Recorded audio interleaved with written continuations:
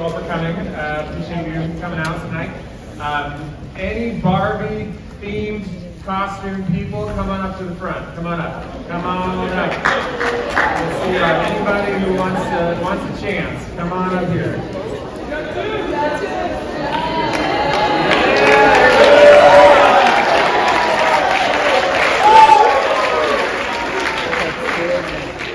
You're gonna win just by sheer numbers. I don't know. Nobody else is gonna do it. All right. Let's hear it for top Barbie, top kid right here.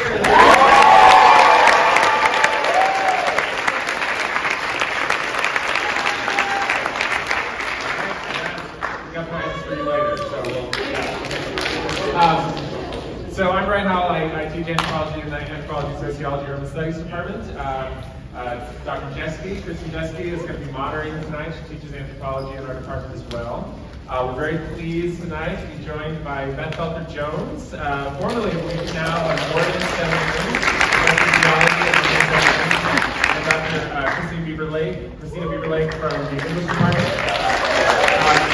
You might notice that the entire panel are all Gen Xers. You might also notice that they're all white. This was not the intention. We did have another person here, Crystal Cartwright, was supposed to join us tonight, but she's not feeling well, and so she wasn't able to come out. But we're very glad to have this august panel here, and I think Dr. Jeske has some questions to kind of kick us off, but then we definitely want to have a conversation here with you. So be thinking of the questions as we talk a little bit, and yeah, take it away. Okay, can you guys hear me? Is my mic on here? Okay, some thumbs up, great. Yeah, so we want to really allow time for questions from you all, so I have just 2 questions to kind of kick things off. So please be thinking of questions, and in a few minutes we'll have you we don't have another mic from the audience, so we'll have you just, when you're ready, wave your hand, stand up and ask your question. So the questions I had, I really wanted to just allow each of you to kind of share from your own expertise in different disciplines and experiences with this movie. So the first question I had is, what is a particular moment in the movie that you just love, and why? Why is it important to you?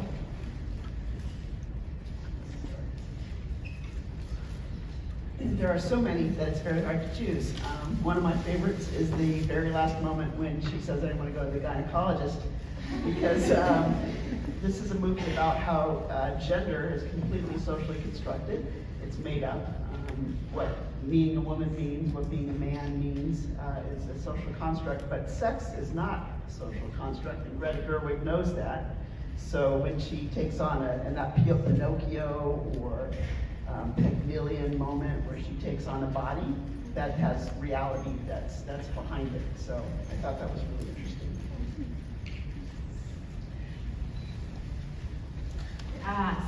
So many fun moments. And though Dr. Bieberlake and I are in different disciplines, we're both very interested in bodies and what they have to do with Christianity and our lives and so on. So I think the body affirmingness of this movie is the way that you just articulated is certainly one of my favorite things. Right? The move from plastic to flesh and all of the vulnerability that comes with that being affirmed in that move on Barbie's part. I also like the Kens playing the guitars on the beach. I will admit that's how my husband landed me. Except at church. Being sung at. Yeah, so many moments with the Kens that I thought were great. Ryan Gosling just so on point in this movie. But when he cries out to Barbie, "You failed me," I just think that's a really powerful moment because this movie I think has so much to do with, it's just about being human, but our humanity is always inflected through our gender and always inflected through our sex.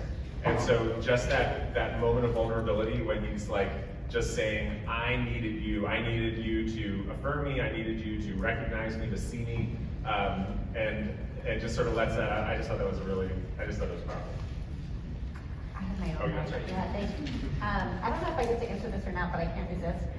One of the things I wanted to share earlier, those of you who saw the word clouds up there, masculine and feminine, And one thing I didn't say is that I think the feminist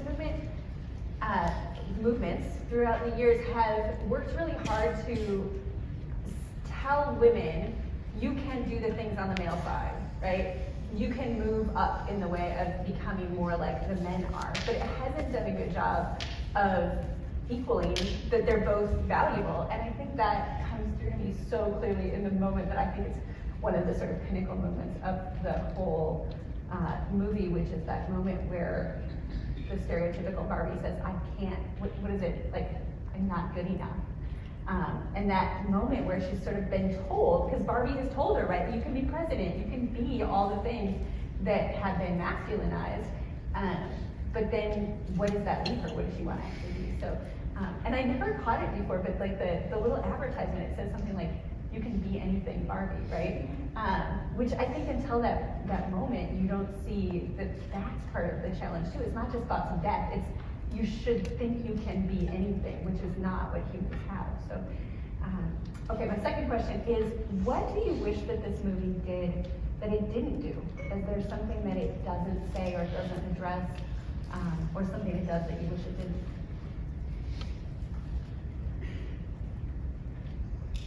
I think it's a lot. It's kind of over the top. But I thought that the first time. I think I was kind of exhausted when I saw it the first time. This is the second time I've seen it. But I don't think that anymore. I really just like it. I think it's really well done. Did you have anything about it? There could be more Indigo Girls. More Indigo Girls! That's a Gen X thing. Any of y'all know Indigo Girls? Some of you? Closer to Fine and Smaller. Yeah. We're all singing along up in the front corner up here. Yeah, I don't know if there's anything that I would say is missing from the. Yeah, no, I can't. Wow, okay, it's a perfect movie. I mean, Wait, yeah. that's what it needs to do. Okay. I even gave them these questions before. Okay, well, great.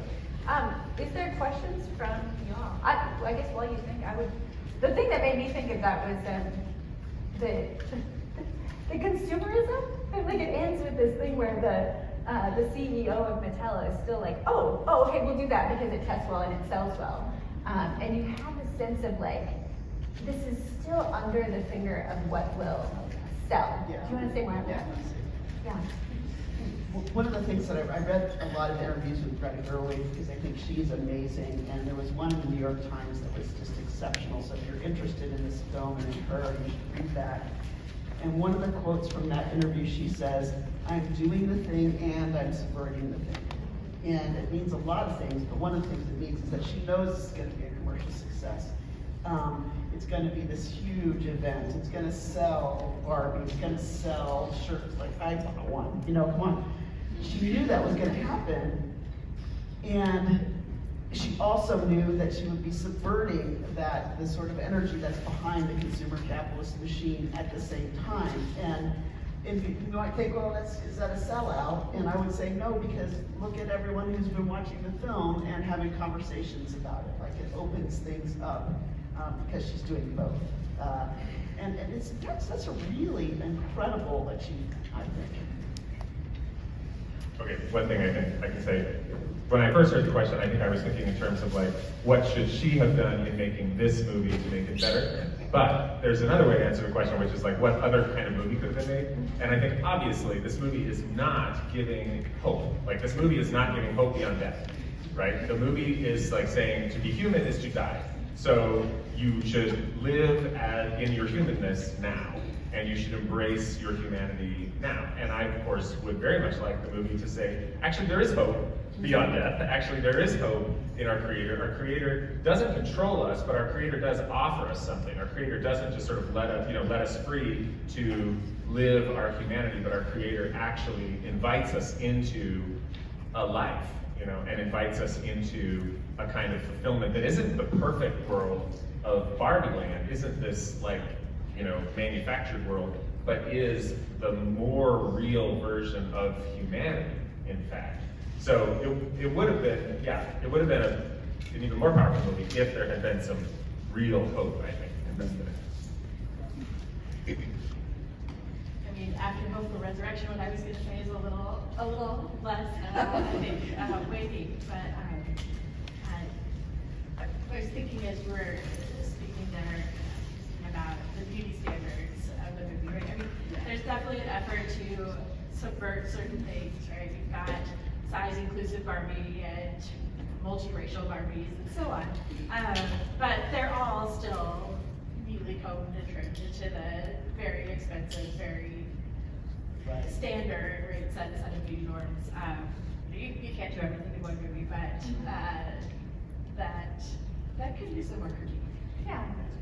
I think that's one thing that's interesting about a movie like this, is it has to make choices about what it does and doesn't critique and what it includes and doesn't, so, yeah. And there's not much variation in the kids. They all kind of look great. Yeah. So, what do y'all want to talk about? Raise your hand, have a question.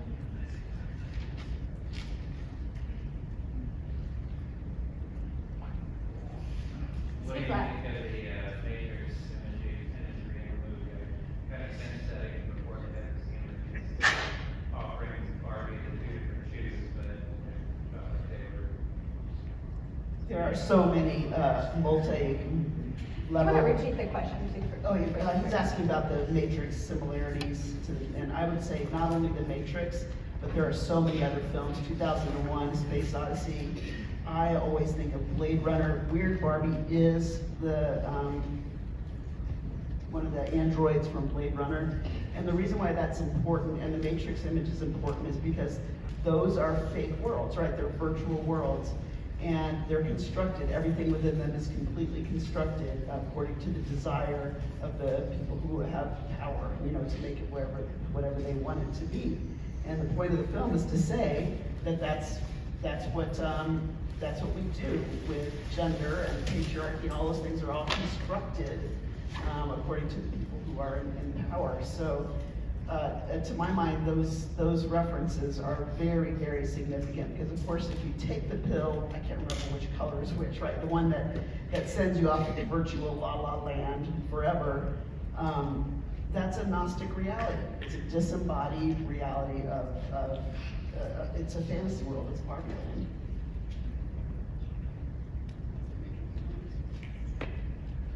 Next question. So my question is, so I went and saw this movie with my family, and we came away, my parents both felt like, they were both like, this movie like didn't portray any positive qualities for men. And so my question is, not that like, on the movie itself, but people's perceptions of the movie. Yeah. Do you think, like, how do you think that affects how the movie is seen in general? Because there's a lot of points it's trying to make. And I don't know, I just wanted to kind of hear it. That's a great, great question. And it's a complex question because, you know, when an artist makes, and I think this is a work of art, okay? When an artist makes something, they always risk being misunderstood by people saying, oh, she's doing the thing, and not recognizing the way she's subverting the thing. So I think your question is excellent. You guys have something to say about that? I've been struck by just how powerful the movie is anti-man sort of set of rhetoric was able to become, given how little that I actually see in the text of the film. I think, as my son said to me, the Kens are a metaphor, right? He's 18, yeah. So it reminds me how much context and the sets of worries that we have about our own gendered selves, how much those things affect how we receive something like this movie or any text that we read. Again, you can't always control how such a thing is received.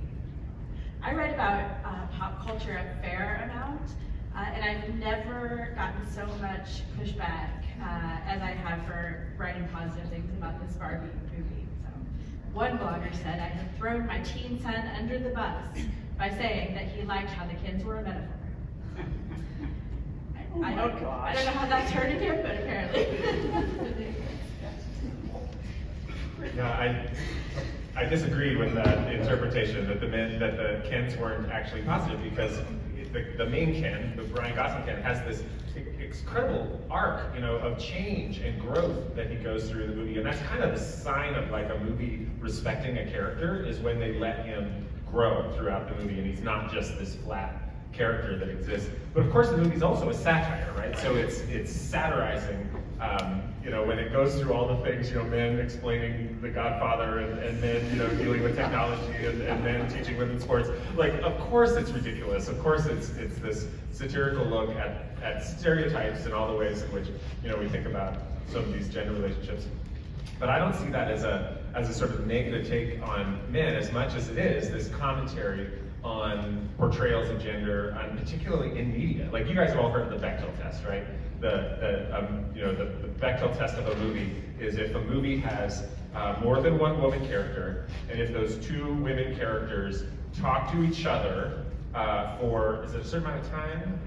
Something about that's not men. Yeah, and that they don't talk about a man. Yeah, so try to find movies that pass the Bechdel test. You'll realize how few movies have more than one female character that talk to each other about something other than a man.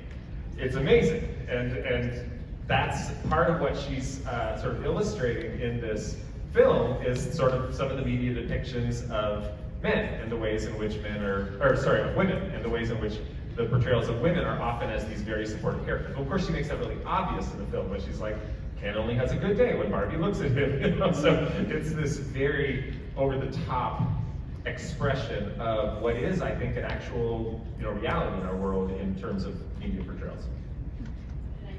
Yeah, what does he pass it down? Yeah. I just wanted to add, when I saw the film, maybe a day or so after it came out, so before a lot of the public conversation had emerged, I thought the pushback here is going to be about the sex realism, which Dr. Bieberlake mentioned. It never occurred to me that there would be pushback that the film was anti-man. And so, again, context shapes how we think about these things.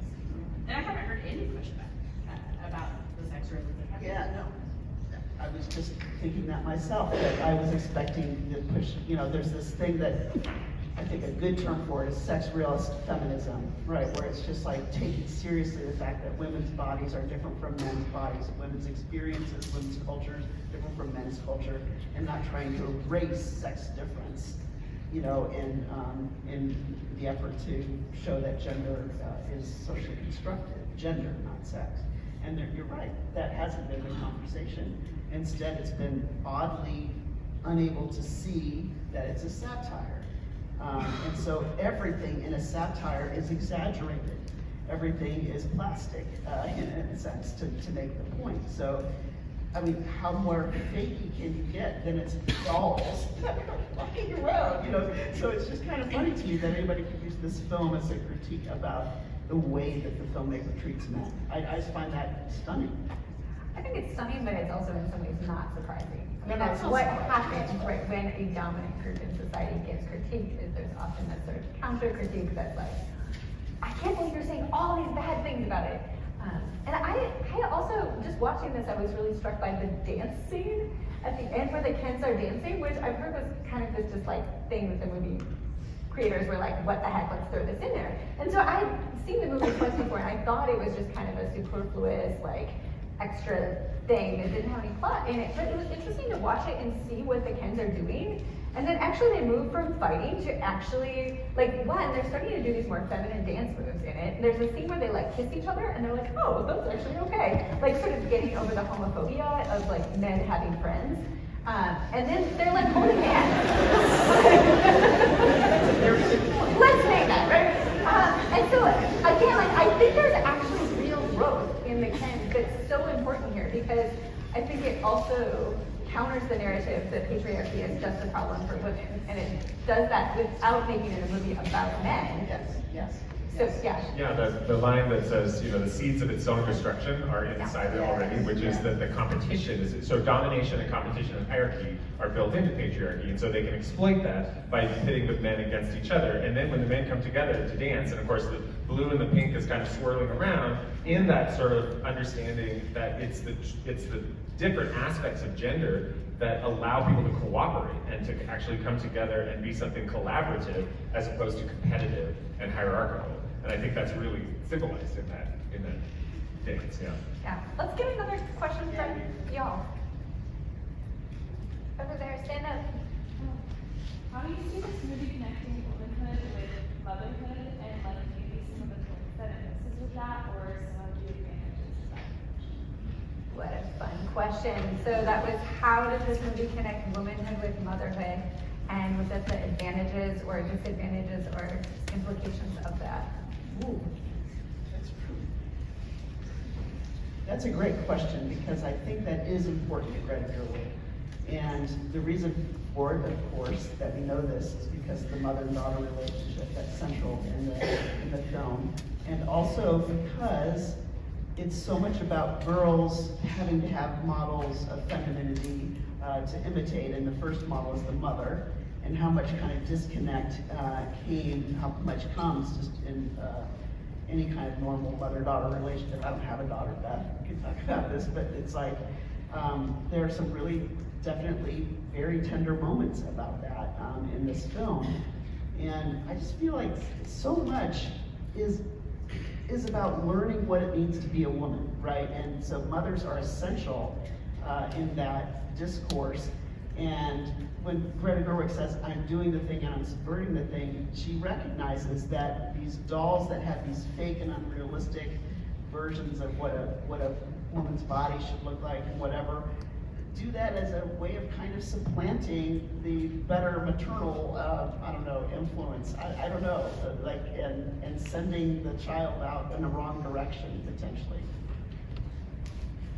Yeah, I think it's easy to take the first scene with the baby dolls, right? As a kind of diss on motherhood. But within the context of the bigger film, I think we really see a warm portrayal of that between Sasha and, does her mother have a name? That's the thing, right? Gloria. Gloria? Is it Gloria? But throughout the subtitles, how interesting, right? They call her Sasha's mom. Very interesting. Yeah. As a mother of a young adult daughter and a teen daughter, I mean, the maternal daughter reconciliation in the film is the part that fills me with longing, right? It's not that my daughter's named me or anything, but you know how it is, right? And so I really love how that relationship is centered in the film. The trip to the gynecologist office also sort of pushes in that direction, right? Yeah. It at least acknowledges reproductive biology as a fact. Right. And there's that great line in the middle, or near the end too, where it's like, she can be a mom, or she can be president, or she can not be a mom, not want to be president, or however it all fits together too. I think sometimes mom is like the metaphorical opposite of career. Right. And so like, I think it kind of plays a foil to that question of like, how do women have careers, or do the male thing? Like, I just think it's, and I mean, even earlier when I asked you, like, what do you think of when you think of woman? That like all over was mom and woman, and so I think it's so central in needing to be addressed. But all the ideals for women that are represented by Barbie are these plastic non-moms. The pregnant Barbie, that's just right out, right? You can't have that. Static, never aging, never getting fat, God forbid, always having, to be perfect, is very much not only is it Gnostic, it's also just anti-reproduction, it's anti-change, it's anti-aging. So that wonderful scene where she sees the older woman, who I think, isn't she the older woman who is in that? She's an Academy Award winning costume designer. Okay. We didn't do the costumes for the film, but she does. Okay, I knew she was somebody like that was a cameo. Well, and she says, you're beautiful. She says, I know that, and that's really an important message of the film. It's just that the problem with the Barbie thing is that you can't, no real woman is like that. The problem is when you try to make women, and women make themselves, try to be something that they can't, just by definition be, which is pretty, skinny, young, not pregnant, not bitchy, all that stuff all the time, and so there's just a resistance. There's also a really poignant scene at the end where she's talking to Ruth Handler, her creator, and Ruth says, mothers stand still so that their daughters can see how far they've gone. And I know from, again, reading an interview with Gerwig, she was raised a Unitarian. She was raised in Unitarian Universalism.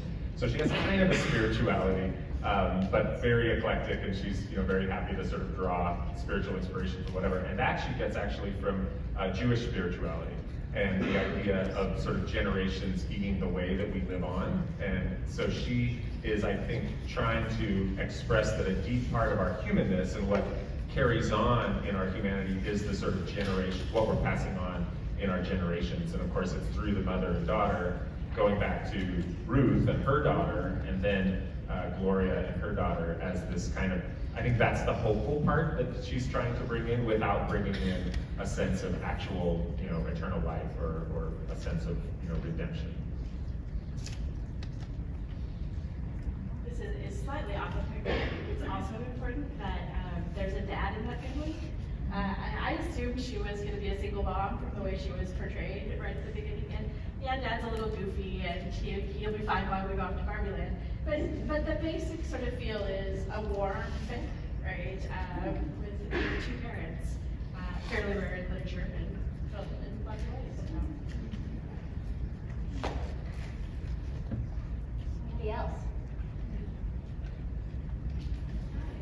Okay, I just kind of wanted to talk on the Christian response to this movie and how it's been pretty negative in my circles and whatever. And I just kind of wanted to hear your thoughts on how Christians are kind of portrayed in this way that anything even remotely that has any feministic influence the Christian community will content, And so that's just sad for me. Just want to hear your perspective on that. Yeah, so for people who maybe didn't hear that,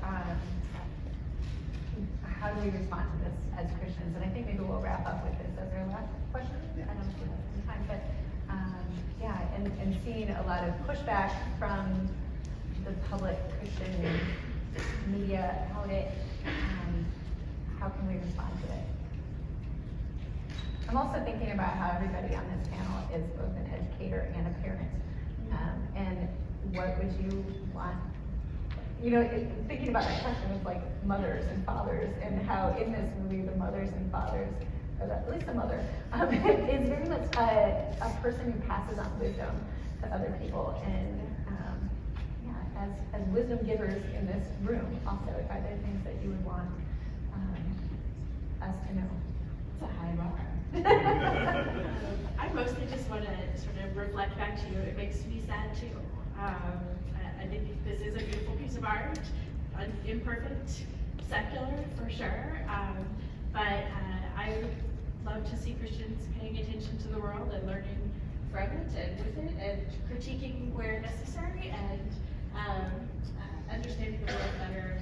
So I think it's a sign of the times, a sign of polarization, blah, blah, blah. But I share your sadness, and maybe that's the best response I can give right now. It's a very hard question, and there's a way in which, I spend many hours in the classroom trying to teach against that, right? To try it, because it's not just one answer you can give to that, right? How do you explain to Christians that you really need to be feminists, not radical feminists, but people who understand that the situation with the Kens in Barbie Land is not fair to the Kens. And so if for just one moment you could recognize our world where the women are the Kens, if you can just recognize that for one moment, then you're a feminist. And so why should there be pushback from Christians about feminism when at its most basic level, feminism is not trying to erase differences between men and women. There are some versions of feminism that do radical feminism and so on. But that we want the same thing. We want women and men to be seen as people who are made in the image of God, loved equally by God, and different, but really important. And I just don't understand why we can't just embrace that aspect of feminism and be a champion of it. Yeah, it's discouraging that people would dismiss the film as somehow unchristian or anti-Christian. It strikes me that Christians of all people, well, first of all, we shouldn't be afraid to engage any kind of art, any kind of knowledge. We shouldn't be afraid to enter into conversations about these things.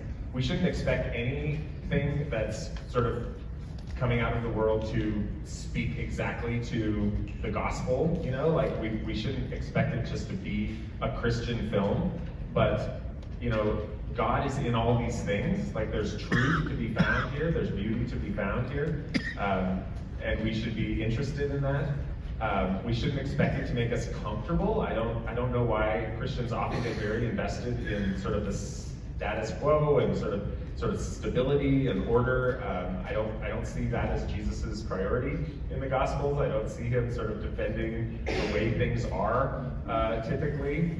So I think those forms of art that are asking us to rethink things that seem sort of commonsensical or seem sort of normal should be ones that Christians should be like, yeah, that's pretty Jesus-y to do that. So I find that, you know, these things that stir us up should be exactly the places where we're sort of looking for what has God, you know, got for us in that. But I know that that's not everywhere. You know, our poor church is you know, made up of sinners like us, so we should expect that it gets, you know, roiled sometimes.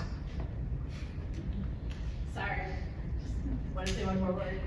I'm absolutely convinced that feminism comes to us from Scripture, and that we wouldn't have gotten there without it. In the image of God, who created them male and female, is the end of patriarchy. And it's taken us a long time to begin to live that out.